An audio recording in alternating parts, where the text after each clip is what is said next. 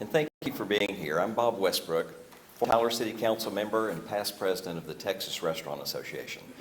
Today, leaders from construction, hospitality, and restaurants are standing here together because what's happening in Smith County is affecting everyone. Our workers, our employers, and most importantly, our East Texas families. Over the past few weeks, fear and confusion about the 287G program have caused many hardworking, law-abiding employees to leave their jobs, and in some cases, leave their homes. These are people who help power some of the largest industries, the people who build our homes, manage our restaurants, and keep our hotel rooms clean and keep our economy running. When our neighbors feel unsafe, our entire community feels it. Businesses lose essential workers, service slows, projects stall, and the economic ripple affects every resident. We're here to provide clarity, reassurance, and a unified message. People matter. Our businesses need workers, and our community is stronger when everyone feels safe. With that, I'll turn it over to Carrie from the Tyler Area Builders Association. Thank you, Bob. I'm Kerry Hamblett. I'm the president of the Tyler Area Builders Association this year. In construction, 287G had an immediate impact. Skilled workers began leaving job sites, not because of wrongdoing, but because they're afraid of being in the wrong place at the wrong time. For the families of these workers, the fear is real. And for the broader community, it has pretty real consequences. When we lose members of our construction workforce, our skilled labor, we lose the ability to keep up our projects on schedule. Home closings are delayed, repairs take longer, costs are gonna rise, and they're already high enough. These are outcomes that affect every homeowner, every buyer, every contractor, and ultimately the economy of Texas, of East Texas. We want our workers to know you are valued, you are needed. We want you to feel safe doing your jobs. We know many of you are feeling anxious right now, but we want to be clear. If you're going to work, if you're taking your children to school, if you're attending church or handling your daily responsibilities, and you are following the law, this program's not going to affect you. You won't be picked up by the Smith County Sheriff's Office.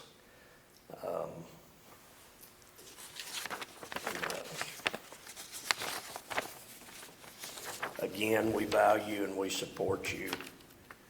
So I'm going to turn it over to the hotel industry. The spokesperson is Amy Patel. Good morning. I'm Amy Patel, speaking on behalf of the local hoteliers. I echo most of what Mr. Carey and Mr. Westbrook said. Hotel event venues depend on experienced, trustworthy employees to create the welcoming environment visitors expect. Recently, many of the employees have stepped back out of fear of themselves and their families. I understand that fear, and I'm here to say that we care deeply about you and want you to feel safe coming to work. But this affects more than one group of workers. When the front desk team disappear, guest services fail. When housekeeping steps down, our rooms go uncleaned. When banquet crew shrinks, events cannot run smoothly. That affects tourism dollars, local restaurants, retail shops, and a broader experience of living and doing business in the Smith County. To our workers, we support you, we value you. We want you to know that some of these 287G policies have been in place for years. They are not new. The recent additional policies do not affect law-abiding residents. If you know you don't have a warrant for your arrest, and you're following the law, we can go daily about your work, businesses, running errands, supporting our children, and coming to work. Please come back and join us. We need you. Tyler needs you. Thank you.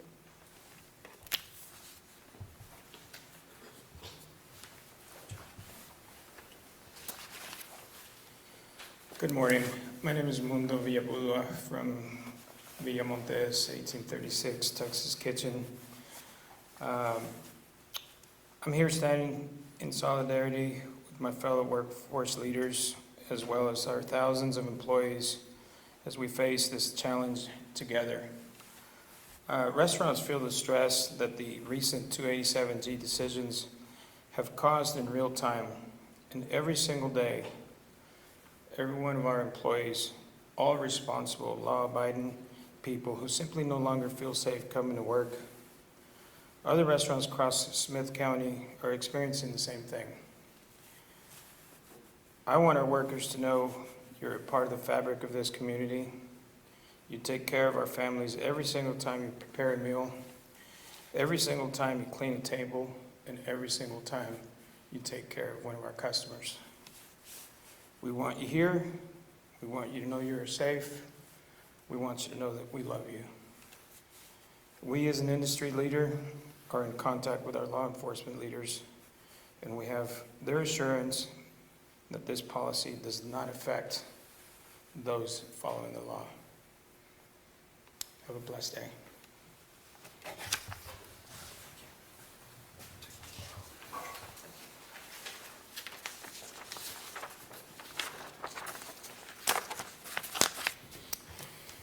Again, I want to thank you all for being here, and especially thank these folks who spoke here today. Thank you very much. We recognize that the 287G task force model is one piece of a much larger immigration and border security conversation. Based on what we've heard today, it's evident that we're in need of large-scale reform, now more than ever. We look forward to a time when we can all come together to provide a way of life promised in the American dream. And we, as industry leaders, are committed to move this conversation forward to real action. We hope you all have a wonderful Thanksgiving. Thank you. Any, you guys are taking questions? Yes, absolutely. Bob, tell us, you guys have made your point clear of why you wanted to do this, but I guess to ask about doing this news conference here today, getting you all together, why now? Why was this important to come here and say this before the community? It's important to reassure our workforce, people that work in our restaurants, that are in the construction industry, that are in the hotel industry, really all industries where there's immigrant or people of color that work in our businesses across Smith County. Our sheriff chose the third level of participation in the 287G program. He could have stayed with the jail version, which is they verify citizenship at the time of booking if they break the law and they go into the jail. But now ICE is here supposedly training the sheriff's department to help them with the enforcement or serving warrants without racially profiling. And so that is the statement that Sheriff Smith had given our group whenever we met with him last week. So it's important that our employees feel safe going to the grocery store, that they feel safe going to school, that they feel safe coming to work, because we desperately need them. And it's not just the three industries that are here. Like I said earlier, it's industries across Smith County. And there's 254 counties in the state of Texas, and there's several versions, and the sheriff's department make those decisions locally as to what level that they sign on the 287G program. And so we got a commitment from our sheriff, so it's up to him now to build the trust also too within the community, so that he delivers what he says he's going to do, and simply go after the bad guys, those that break the law, or hang out with those that break the law. The key there is don't break the law. Don't hang out with anyone that does. Would you say that holding this press conference would be a way for those workers who are scared to go to work, scared to go to church and grocery store, to be able trust with Smith County? I certainly hope so. To see us stand up here united across our industries and let them know that we did get proactive and we did meet with the sheriff, we did get an explanation and we did get a commitment from him that he will follow his program without racially profiling, so not targeting any specific ethnic group. So we want them to feel safe. You've been in the restaurant business a long time. Yes, sir. What's happening now, the effects we've seen on workers that you guys have talked about? Have you seen anything like this before? You know, there's always been, anytime ICE comes into a community, the community knows. And so the rumor mill starts. And so, yes, we've had rumblings in the past. But this is unusual because this is the first time that our sheriff has taken on the task force model.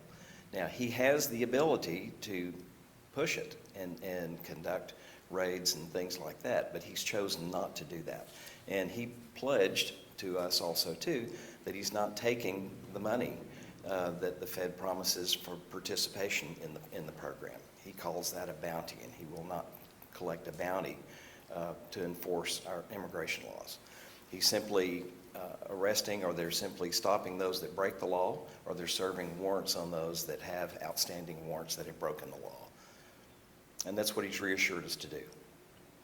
Besides this press conference, what are y'all as employers doing to make sure your employees feel safe coming to work and during their shifts? You want to answer that? So, as a If you could step to the hotels- mic, please. Oh, I'm sorry. I'm sorry. Thank you. So as the hotels, we assure them that we are safe here. When they come, we are standing by them, making them aware that this industry cannot survive with this kind of a task force. And that if we do that, hotel industry will crumble. This is not just for Tyler, it is all over the United States right now. And we are seeing a big downfall because of not having their support. So we are trying our best to assure them that we'll stand by them.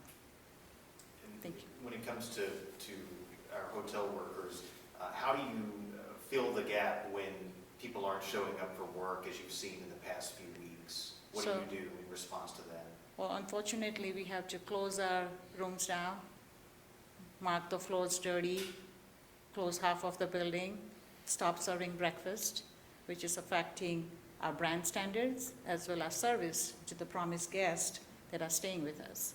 So it's just not affecting my hotel here, it's affecting the higher brand that I'm representing being labeled with those names. So that's kind of new, first time, we have never done this before. And you mentioned that those are things you've had to do at your own hotel that you just told us about? Yes, this past few weeks has been such where we have to close our dirty rooms. And that's something that hotel industry never does. Okay, thank you.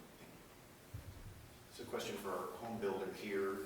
You were talking about the effects on projects underway, it affects the timeline on those. If you could just speak a little bit more about the effects you have seen in home building in the last few weeks with workers not showing up. Well, in Texas, we already have a shortage of skilled labor. The state addressed that in the last Congress in Austin this past spring by passing a huge trade school thing to address getting us skilled labor in the system. But for years, we have used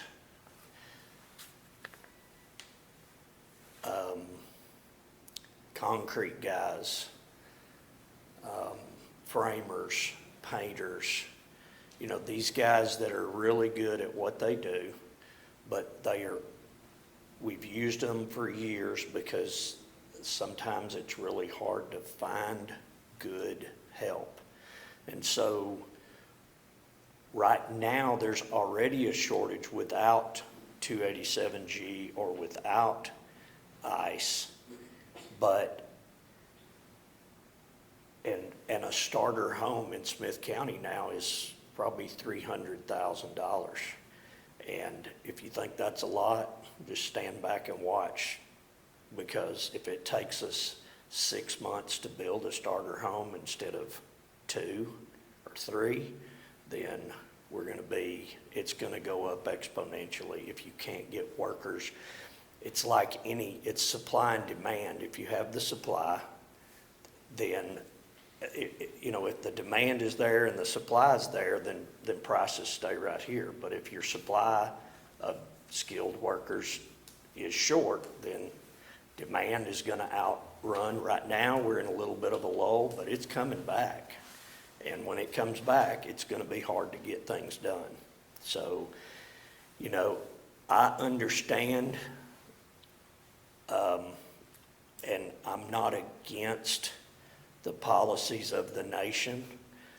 What I'm saying is we've got guys that have been here, they've been paying taxes. We don't write them checks unless they have tax ID numbers that they have gone and gotten. And so and these are people that are, what I say, these are people that are pulling the wagon. They're not riding the wagon. They're out here pulling this community along. So I just wish there was a way we could semi-pick and choose between, which is what we all thought would happen, is that if they're criminals and they're doing things in this country that are breaking the law, then they go. But maybe we just have to work on it federally to be able to figure out how we can make pathways for these people to become legal, pathways for us to get labor in here, or possibly in 4 or 5 years, maybe we have a skilled labor force because of what they've done in Austin this past year, but that's still years away. So we're gonna be in a crunch right here. So anyway, does that answer your question? It does, thank you. All right. For the restaurant side of the industry, what major effects have you seen? Have you seen anything like it before?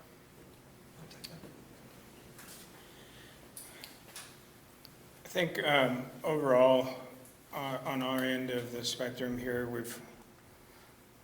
we're just seeing the scare of these folks that have been here. A lot of them have been here since the 80s. A lot of them own their own homes, own their own vehicles outright. And it breaks our heart to see them wondering what's next for them. But I think at the end of the day, like this gentleman here just before me just mentioned, we were under the assumption that we were after the criminals, which we're all for as well. If you're a criminal and you're here breaking the law and hurting the citizens of the United States of America, then there's no room for you here. But the people that are here working an honest day's worth of work for a paycheck, I wish that there was some kind of a pathway for them so that they can see a little bit of a light at the end of the tunnel. But I don't know if that answers your question as well. Have you seen, like this past week, more people calling out sick or not showing up? And if so, how is that affecting y'all day to day? My father always said, surround yourself with harder working people than you, smarter people than you. And I feel like we have taken his advice very well. These people that work for us are, they're go-getters, and they're out there doing what they can. Talking about pulling the wagon, they pull Villa Montez's wagon and 1836's wagon and our catering department. I don't know what we'll do if something crazy was to happen or continue to happen. And I just thank God that these people are willing to stick it out for us. And that's why we're willing to do what we can on our end to stick it out for them. So to answer your question, no, they're just, you know, it's a beautiful thing to see. At the same time, it's a scary thing to see because it's like having a child that has no fear. And I just feel like some of our people have no fear. They're not doing anything wrong. They're here, and that's what they say. You know, we're here to give. We're not here to take. We're not here to hurt anybody. And so we thank them for sticking it out with us. And Bob, I know it was mentioned earlier that there have been conversations with the sheriff, law enforcement. Seems like, listening to you all, there is a desire for some overall immigration reform to find a more perfect way to do this. Have there been conversations with lawmakers about the impacts on your individual industries and what could be done as far as legislation, something bigger than this isolated enforcement that's happening now? There is, and matter of fact, associations are so powerful. The Texas Restaurant Association has been working with the state legislature to make sure that they guide the legislature through and explain the ins and outs of our industry and the challenges that we face with an experienced workforce also too. But the National Restaurant Association has got an ongoing dialogue with Congress, because now they have an opportunity to do something about it. And so we're hoping that they have the courage to do that and respond and solve this immigration issue that we have. Locally, our associations combined are maintaining a dialogue with the Sheriff's Department. We want to make sure that he knows and understands that we would really like for him to step his program back 2 steps and go back to the jail model, which we have been at for so many years. We don't see a need for stepping it up. And even though the mere fact that they're training their law enforcement officers, ICE is, to not racially profile as they're making traffic stops or serving warrants, that's at least a positive out of it.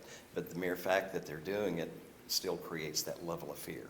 And that's what we're trying to do, is make sure that he understands, he being the sheriff, understands the importance of dialing it back to the jail model, and then still using the training that he's getting from ICE to make sure they don't racially profile or target any particular ethnic group.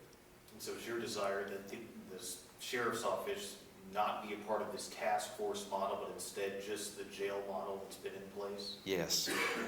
Sheriff Maxie Serliano in Gray County did not budge. He's still doing the jail model, as are many sheriff's departments around the state of Texas. And if you're not familiar with 287G, all sheriffs in the state of Texas, when they run jails, they have to subscribe to 287G at some level.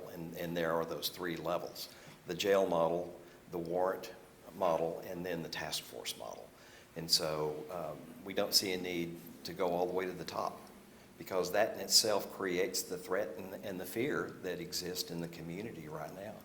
And have there been mistakes along the way? There have already been some people that have been removed from Tyler Smith County and returned to Mexico.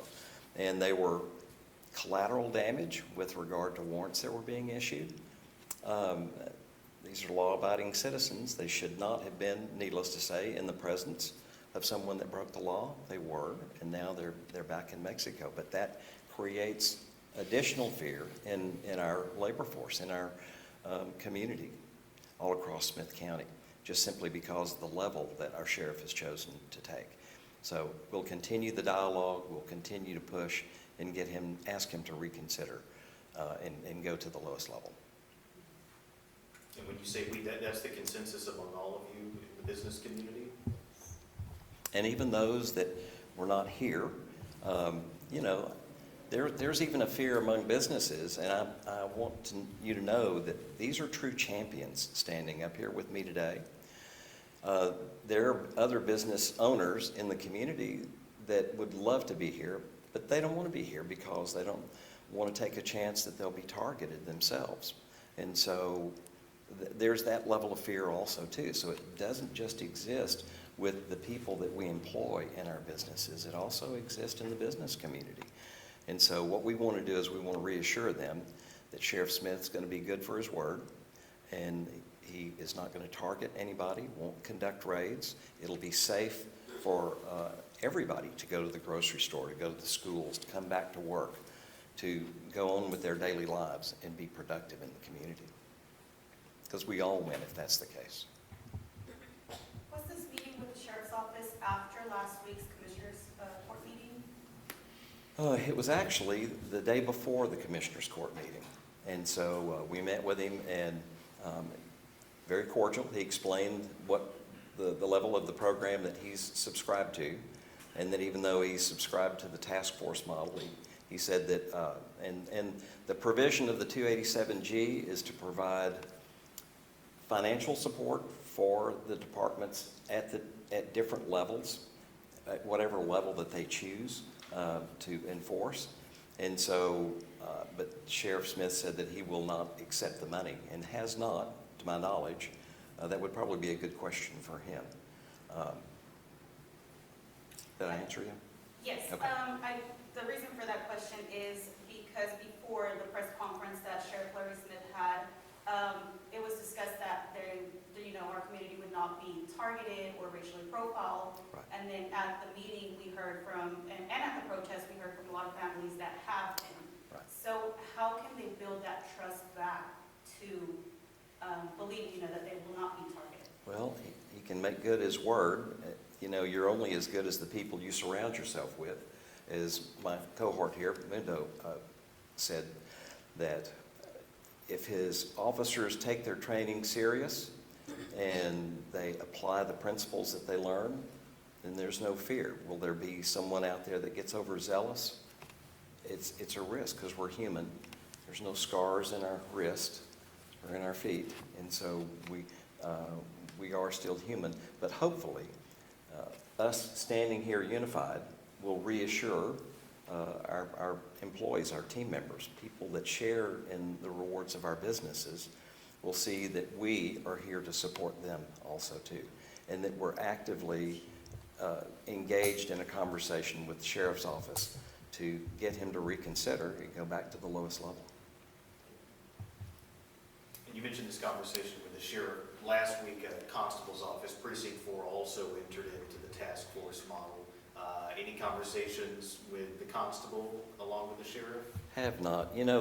Constables, and there are some constables that expand their power beyond, and they want to be law enforcement officers. Their primary responsibility is to serve warrants. And so for him to subscribe to the task force model, I don't want to pick a fight, but I think that's just absolutely wrong. And so anyhow, we have not had a conversation with him, but we will, I can assure you. Okay. Thank you all. Thank you. Thank you. Appreciate you being here. Yes. All right.